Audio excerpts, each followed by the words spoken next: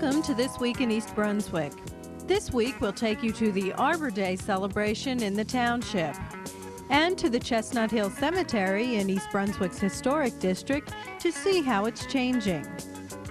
And Amy Fisher from the public school system talks with two guidance counselors about an upcoming college fair at the high school.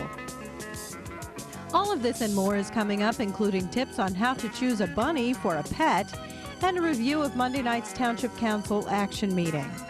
But first, let's run down the Channel 8 program schedule for next week. On Monday morning, get your blood moving with Lenore Kulik as she tackles nonstop aerobics on Look Great, Feel Great at 10.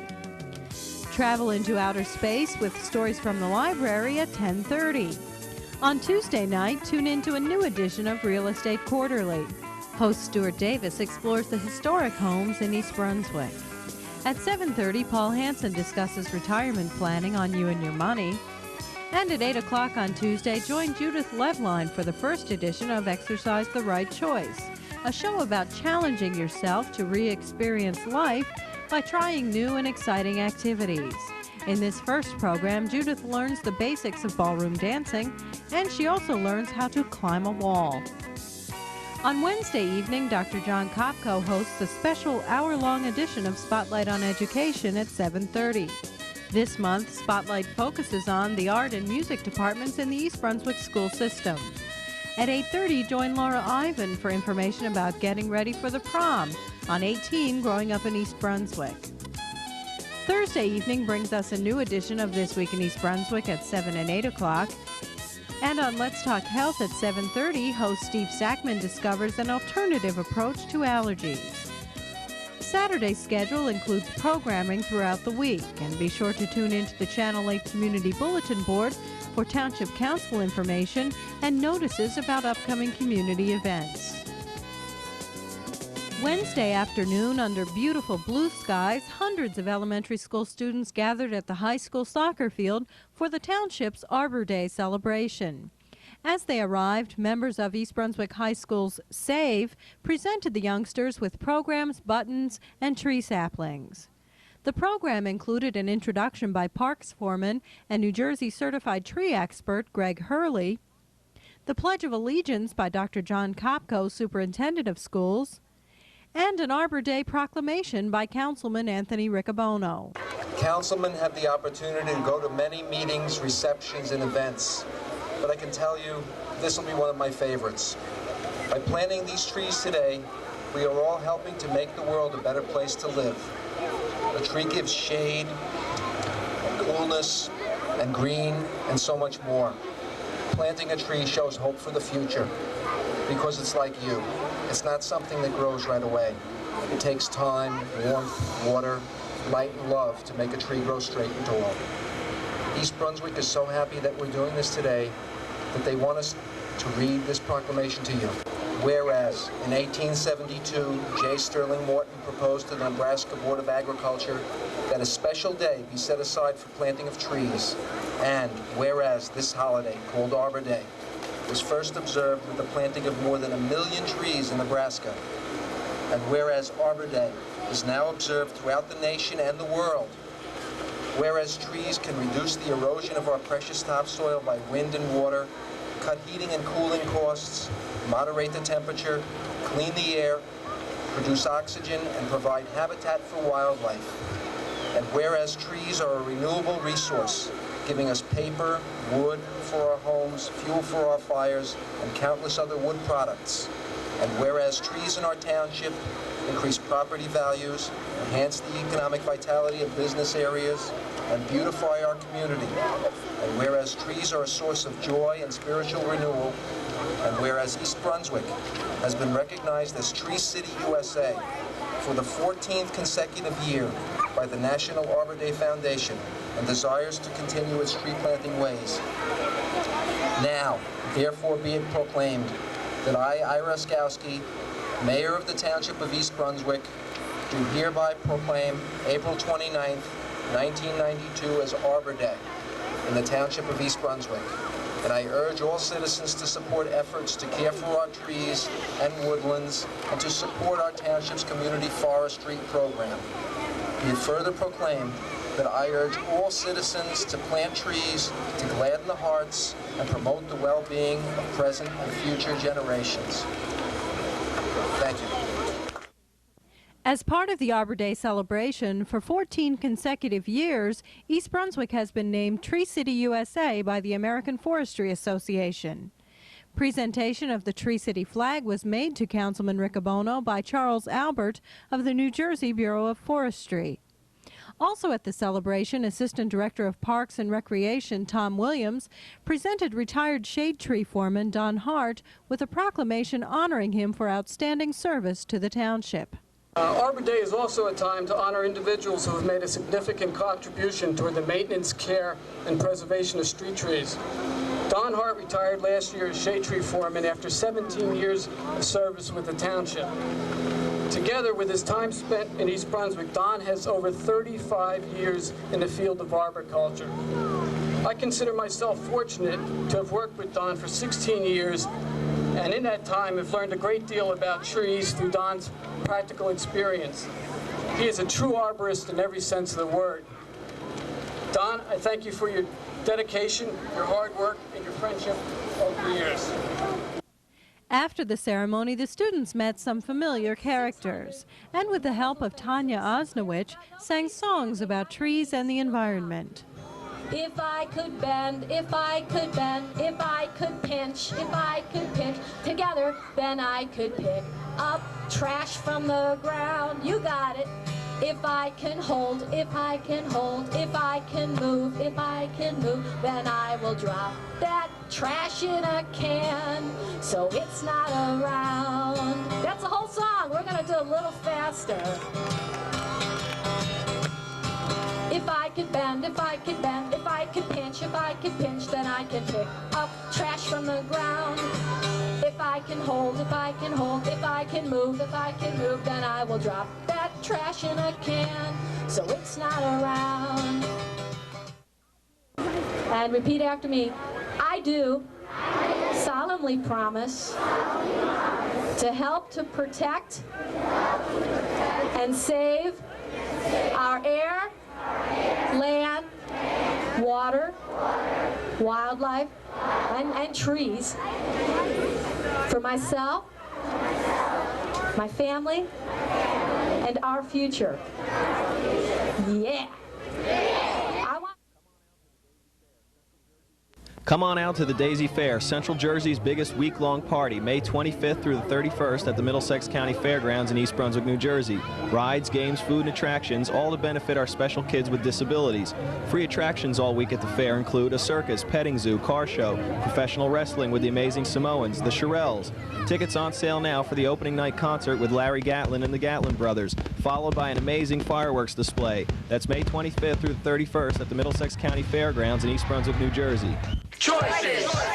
You gotta make choices.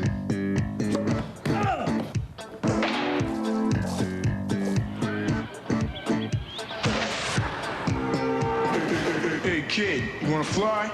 You gotta buy.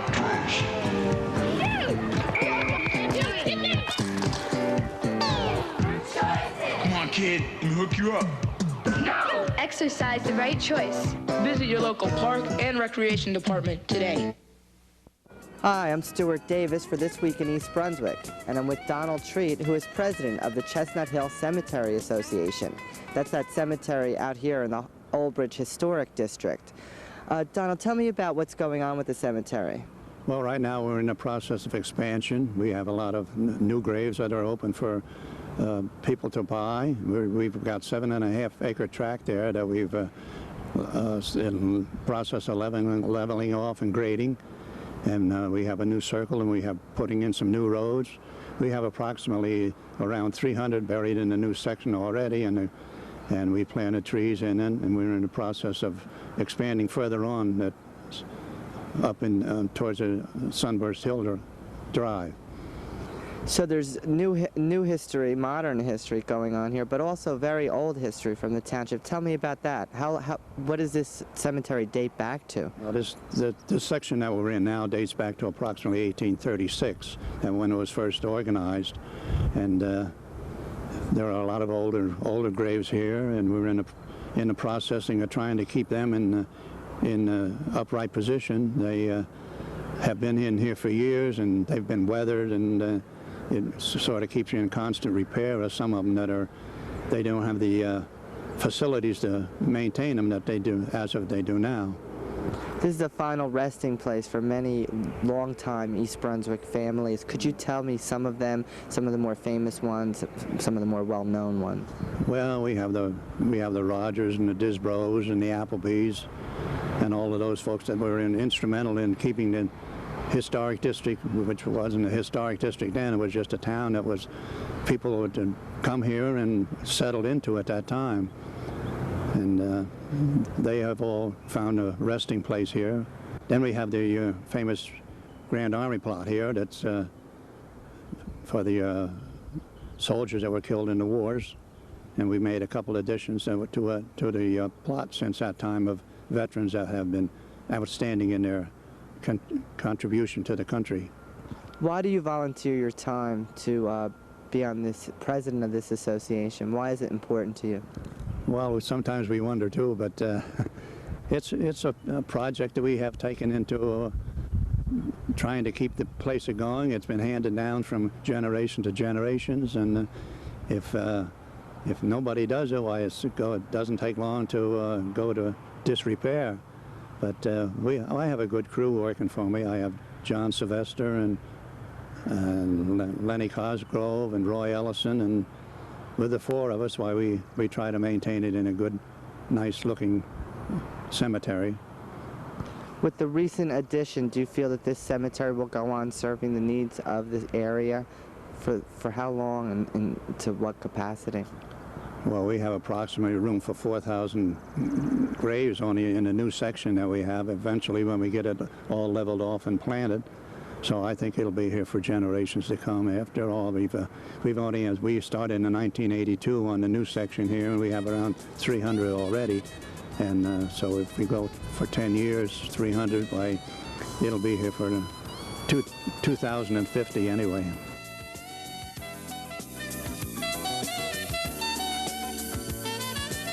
Hi, and welcome back once again to The Pet Doctor. I'm Dolly Vasta, and my co-host is... I'm Dr. Brian Johnson from the Cranberry Veterinary Hospital in East Brunswick. Now, we have gone through quite a few little animals in the last couple of weeks, and because springtime is here, one always thinks of bunny rabbits. Yeah. And that's what we've got today, is a beautiful little bunny rabbit, and they do make good pets. This one's about 5 weeks old. The time is coming, you're right. Everybody starts thinking about bunny rabbits. They do make wonderful pets, but it's something that you have to realize. You do have to give a commitment for 5 to 10 years. It's not something that we should just get because it's Easter or springtime and it sounds like the Easter bunny is coming. But they make nice little pets. They don't take the work of dogs and cats. You can usually get them into a rabbit hutch. This is not a rabbit hutch. This is my carrying cage, which is actually a cockatiel cage. But they make wonderful pets. There's lop ears. This one's 5 weeks and will grow to about double its size. What about its ears? Will it have those great huge ears? No, too, well, they'll have bigger, but these will be erect. Now, I have some others at home that are called lop ears. They go down like that. Oh. And that's the way they normally go. There's 3 sizes of lop ears, and this is one of the dwarf sizes. How do you take care of them now? Food is primarily, I should have brought some, it's pellets, which are made for rabbits, and alfalfa hay. Now, with this as a basic, you will do very well. You can also give things such as carrots, carrot greens. You can use dandelions from the backyard, a little bit of clover. The one thing you don't want to give is lettuce. Oh, really? Yes, it gives them terrible diarrhea. Well, we wouldn't want to have that, would we? They require very little care. There's no vaccinations that are required, as in dogs and cats. They will be frequently house trained, where they'll go to a litter pan. You can keep them in the house. It's not something that you want to walk around the backyard with on a leash. They don't take to that very well. But I mean, if you can see what that thing looks like, they're just adorable. They're just precious, aren't they, with those little cute noses? Little guys. Yes. And they're friendly. They get along with dogs and cats. What do you look for when you're going to buy one? A nice, well-fleshed. If I could get everybody to come through the lens and feel him, you'd feel that he's solid. You don't feel the bone sticking out. If I put him on the floor, he'll go hopping around. The eyes are bright, they're alert. You can see his nose is going. This is what you want. Something, if you see a depressed animal that's laying in the corner, that's usually a sick one. Are they good animals for children? Yes, and they also teach responsibility. And I wouldn't give it to a 4-year-old unless it had adult supervision. But a little bit older than that, the child will learn to feed, to water, to clean the rabbit hutch. It helps develop responsibility in the child, and they'll bond with these things. They're good little creatures. They're very smart. Yeah. And of course, you don't, do you keep more than one in a cage? That is not unless you want to have a lot of them. If you have more than one, you will have many, many more than one. Many more. They can be raised as solitary animals. You can keep a couple in a cage. They will breed prolifically. If you do so, you'll have to find homes for them. What you might consider is getting a double hutch with the male on one side and the female on the other. We don't normally spay these things. The males can be altered surgically, just like a dog or cat. So if that's your choice, you can also do that way.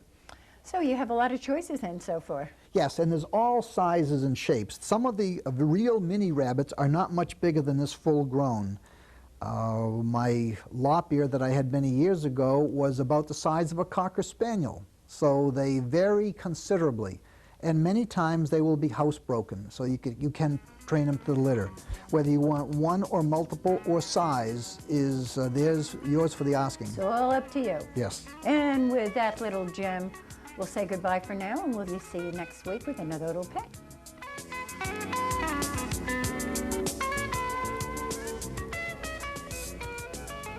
Hi, I'm Amy Fisher, and today I'm in the studio at the library with Dr. Frank Lopresti, who is the chairperson of guidance in our district, and Kurt Lippincott, who is the college counselor at East Brunswick High School. And we're going to be talking about a special event. Frank, the guidance department has a very big event planned for May 4th and 5th. Could you tell us about that 2-day program? Surely. The program is called the College Extravaganza, and it is one of 2 programs in the entire United States. Basically, the program consists of, we invite 40 college admissions counselors from 12 different states to visit East Brunswick High School for 2 days. And the basic objective and design is to increase the knowledge for parents, students, and staff about the college selection and application process. So that's our College Extravaganza coming up next week.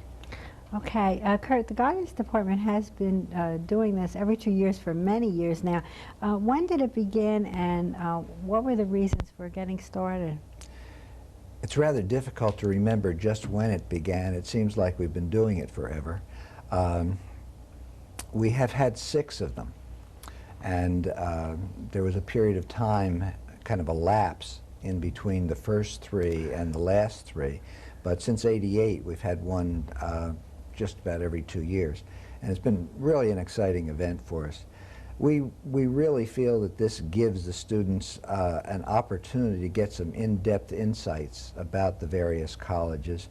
And an additional thing is that it gives the college representatives a chance to see our students in their own setting, in our natural habitat, so to speak. One of our goals, of course, is trying to help the students choose the schools that are most appropriate for them.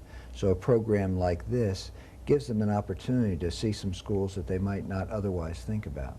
Great. Well, Frank, I know the 2 days are full of events. What would you consider the major event that will happen during the 2 days? Well, I guess the major purpose of the program is really to give our students firsthand knowledge about the selection process and the application process. And this will be accomplished by their participation, the students' participation in workshops conducted by college admissions counselors throughout the 2 days. Specifically, we have 2 sets of workshops. All junior students will be participating in one group, and all sophomore students will have a separate and distinct set of workshops. Just to say a couple of things about the program, and that is that, you know, for all of our guidance programs we have evaluations and attempt to try and improve them. And as an outgrowth of our last college extravaganza, the Guidance Advisory Committee, which is a number of parents from the community, suggested that we involve our sophomore students more in depth. Previously, college admissions counselors would visit English classes for the sophomores, but this year there will actually be a generic presentation to all sophomore students, and basically college reps have a script that we've put which will hit some critical issues, and I'll just mention a couple for the sophomores.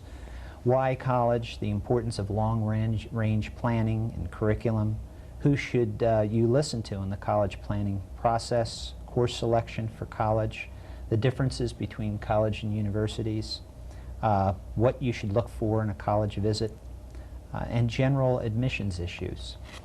The second set of workshops are for our junior students, and like the sophomore program, it's fairly new in the college extravaganza. The junior program and workshops are long-standing. Right from the very beginning, when we started the extravaganza, it was for our junior students, because now they will be beginning this whole process of selecting a college and applying in the fall. So about a month ago, we went into the cafeteria and we asked junior students to sign up for 2 one-period workshops.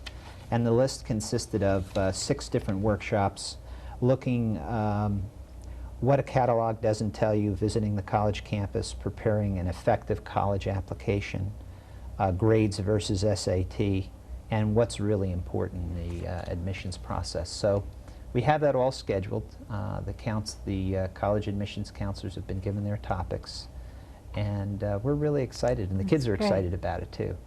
Now there's other things happening also. Kurt, would you tell us about those? There certainly are. It's really a very busy agenda. We open Monday morning with a student panel, and we've selected a group of students who are going to talk about their experience in the college admission process this year. Then the representatives will come in and visit various classrooms throughout the morning before having a tour of the school. And in the afternoon, we have something that we initiated at the last extravaganza, which were counselor workshops, where we invite our colleagues from nearby schools in to share the opportunity to discuss various issues in college admission with the admission folks. Then at the end of the day, there's going to be a workshop for our teachers on college recommendations to give them some hints and help, and something that they do a lot of. In the evening of the first day, there will be a dinner meeting where they'll have an opportunity to hear more about our programs and have an opportunity to meet with the administrators and department chairs, etc. And Tuesday is a lot of guts of the program with the sophomore seminars that Frank talked about, the junior seminars, and on the evening of the second day, some of the East Brunswick parents are going to kindly entertain the reps for dinner so that they find out what nice folks that we have here. And then they'll go on to have a college fair at the high school at 7:30. And at 7:15, the staff will present a program in general college admission procedures for everybody. And we'd like to invite any of the viewers that want to come. They don't just have to be our juniors or seniors parents. We'd love to have anybody. Okay, so that'll be at 7:30 p.m. on May the 5th in the East Brunswick High School cafeteria. Correct. And 7:15 in the auditorium if you want to hear a talk by our guidance counselors. And we hope everybody can come. And good luck with your extravaganza. Thank you very much. Acting for the mayor, Bert Bush, township attorney, proclaimed May 2nd through the 9th as Human Potential Week at the April 27th Town Council meeting. Highlighting the special concerns faced by the handicapped, Mr. Bush read, "And whereas Human Potential Week seeks to ensure that greater awareness of the needs and concerns of people with disabilities is promoted, and whereas Human Potential Week will provide a forum for understanding the needs and concerns of people with disabilities, and whereas Human Potential Week seeks to increase the general public's sensitivity to the needs of people with disabilities, and whereas Human Potential Week is designed to facilitate a oneness of community, now therefore be it proclaimed that I, Bertram E. Bush, Acting Mayor of the Township of East Brunswick, do hereby proclaim May 2nd through 9, 1992 as Human Potential Week in the Township of East Brunswick. The Human Potential Group was started 6 years ago in Piscataway Township. The chief goals are to educate the public, consumers, and providers of services to the disabled. Currently, 25 municipalities participate. A second proclamation by Councilman Anthony Riccobono designated May as Lyme Disease Month. Thousands of cases of Lyme disease are reported during the peak months from May to August, he said. Accepting the proclamation was Carol Stallo, director of the Lyme Disease Association in New Jersey. Immediately following, Mrs. Stallo spoke on the agonies of the often misdiagnosed Lyme disease. Lyme disease is a multisystemic disease. It most commonly affects the neurological system, the joints, and the heart, but there is no system in the body that is protected from Lyme. It is transmitted by a deer tick or a Lone Star tick. Those are the two known vectors, but there may be others. The problem with this is that patients are told, or people are told, that it's very small and you can't see the tick. Well, that's true for the nymph, but there are varying sizes depending on the age of the tick and the type of tick that's transmitting the disease. So people look at their skin and say, oh, I can see the tick, I have nothing to worry about. That is not true. 50%, as you know, get the rash. Of those 50%, there are a variety of rashes. 20 have been documented. The other half have a much harder time proving that they have Lyme disease. It is very difficult to diagnose. Also at Monday night's meeting, a resolution honoring Saul and Bessie Bernstein as recipients of the Volunteer of the Year Award was presented by Councilman Tom Clark. Also presented was a resolution recognizing 75 senior volunteers for over 14,000 hours of volunteer service. Whereas Bessie and Saul Bernstein recently were named recipients of Volunteers of the Year Award by the East Brunswick Department of Aging, and whereas Bessie and Saul Bernstein have contributed together 1,267 hours of community service through their various efforts in serving as volunteer recipients, mailing group, member of the Senior Center Advisory Board, liaison to the East Brunswick Chapter AARP, and distribution of food to low-income township residents. Now therefore it be resolved that the Township of East Brunswick Township Council hereby extends its congratulations to Bessie and Saul Bernstein for their untiring volunteer effort in the Township of East Brunswick. Congratulations.